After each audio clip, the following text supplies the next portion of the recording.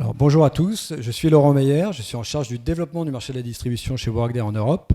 Et je vais vous parler de Swarovski, qu'on ne présente plus, 20 000 collaborateurs, 2800 boutiques à travers le monde dans 70 pays. Alors, ils avaient un gros sujet qu'ils ont adressé en fait, par la data pour répondre en fait, à un besoin métier. Alors, ce sujet, il a émergé en fait, quand Swarovski a déployé la solution Workday sur sa RH. Ils avaient en parallèle un stream sur la partie data analytics et ils sont allés voir le métier pour leur dire écoutez, s'il y a un sujet en fait, sur lequel on peut vous aider, lequel serait-il? La réponse n'est pas faite à attendre.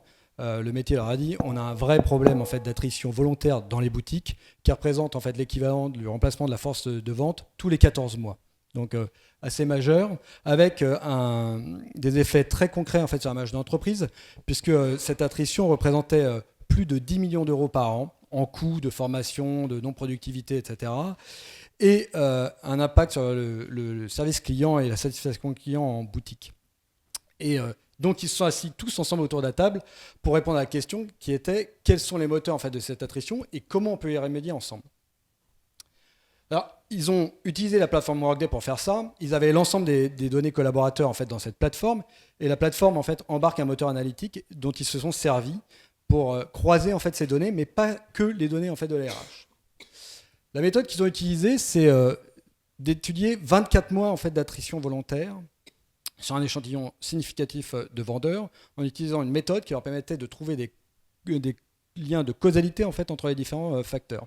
Ils ont utilisé la plateforme Workday pour la RH, puis ils ont fait monter des données opérationnelles, du chiffre d'affaires, du trafic, de la conversion client, etc., venant de systèmes métiers dans cette plateforme. Ils ont croisé 70 indicateurs RH dans Workday, fait monter 45 indicateurs différents en fait, de leur système opérationnel, POS, CRM, etc., dans cette plateforme, et puis ils ont commencé à creuser et à regarder ce que ça donnait. Ils ont fait des découvertes assez intéressantes. La première chose qu'ils ont regardé, c'est le taux d'emploi. Et le taux d'emploi, en fait, alors ils ont normalisé, ils ont supprimé les populations qui étaient non représentatives. Ceux qui représentaient 21 à 40% en fait, d'emploi dans leur boutique, qui représentaient 43% en fait, de leurs vendeurs et managers, étaient ceux qui partaient en priorité. À l'inverse, ceux qui étaient en temps plein, qui représentaient uniquement 22% de leur population, avaient le taux d'attrition le moindre. La deuxième chose qu'ils ont regardé, c'est la formation. On en a beaucoup parlé. Ils ont regardé à quelle fréquence il a distribué, quel volume de formation était pris par les collaborateurs, à quel moment dans le cycle de vie du collaborateur il distribuait cette formation. Et ils ont distribué en fait leur population sur 4 groupes.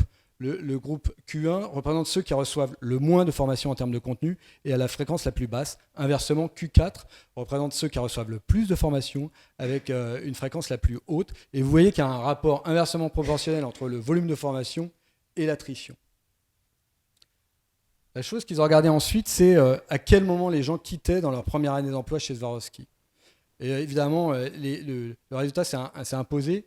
Majoritairement, les gens quittaient dans les 90 premiers jours. En fait, il y avait un problème visiblement d'onboarding et d'accompagnement des collaborateurs dans l'intégration en fait, de l'entreprise.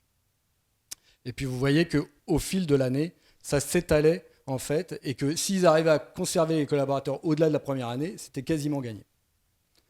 Et puis enfin, ils ont regardé la rémunération. Donc ils ont classé en fait les rémunérations des vendeurs et des managers dans les boutiques selon 5 catégories. Alors le bill range en fait qui est hors marché était non significatif en termes de population. Le developing était en dessous en fait du comparatio dans les zones de chalandise des boutiques. Le compétitif ils étaient dans le marché. Compétitif plus au-dessus du marché, le above range largement au-dessus du marché. Regardez le developing 97,9% en fait de départ. C'était la majorité en fait, de leur population en magasin. La catégorie juste au-dessus a une attrition qui est quasiment moitié de celle-là. Ils sont dans le marché. Et donc, qu'est-ce qu'ils ont fait? Ils se sont livrés à un petit calcul économique. Ils se sont dit, si on embauche en fait, les gens dans la catégorie developing, voilà ce que nous coûte en fait, l'attrition pour une population de vendeurs. Si on se réaligne en fait, sur le marché, voilà le coût en fait, de l'attrition.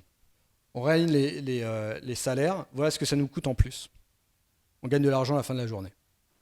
Et c'est bien ce qu'ils ont fait en réalité. Ils ont retravaillé en fait, leur mode de rémunération à l'entrée, l'onboarding, la diffusion de la formation en fait, dans les équipes pour rationaliser tout ça et répondre en fait, à ce qu'ils avaient levé en fait, dans leur étude. Donc, ils ont regardé effectivement sur une année de référence. Voilà comment se répartissaient les rémunérations à l'embauche. Vous voyez, à l'année où ils ont appliqué les recommandations dans la plateforme, puisqu'en fait, la plateforme permet de faire de l'analytique, mais aussi en fait, de revoir les rémunérations, la formation, l'onboarding, ils ont embauché quasiment qu'en non compétitif. Ils ont quasiment éliminé en fait, le developing. Et ils n'embauchaient plus au-dessus du marché. Parce que ceux qui étaient au-dessus du marché, en fait, avaient des attritions qui étaient plus fortes que ceux qui étaient dans le compétitif. Et les résultats, en fait, se sont faits à jour quand ils ont commencé à faire tourner tout ça pendant 6 mois. Vous voyez, la courbe orange, en fait, est la courbe de l'année de référence. La courbe bleue, en fait, est la courbe de l'année à laquelle ils ont appliqué en fait, les recommandations sur la population pilote. Au bout de 6 mois, en fait, ils avaient diminué d'un facteur de 2,5 l'attrition volontaire en points de vente. En fait, c'est 2,7, on a arrondi. Et ils avaient drastiquement diminué en fait, les départs dans les 90 jours suivant en fait, l'entrée des collaborateurs en magasin. Donc ils se sont appuyés réellement sur les données pour prendre en fait, les décisions qui s'imposaient pour garder les collaborateurs. Alors Swarovski, c'est une des 1400 entreprises en fait, qui utilisent Workday pour leur transformation RH. Des entreprises en fait, de plusieurs millions de collaborateurs, Walmart est client de la plateforme, jusqu'à des toutes petites entreprises. Picnic faisait quelques centaines de collaborateurs quand ils ont rejoint Workday. Et c'est 16 millions en fait, de collaborateurs qui, au quotidien, consomment la plateforme pour réaliser toutes leurs opérations de temps, d'accès à leur paye, d'accès en fait, à leur planning, à leur formation. Voilà. Je vous remercie.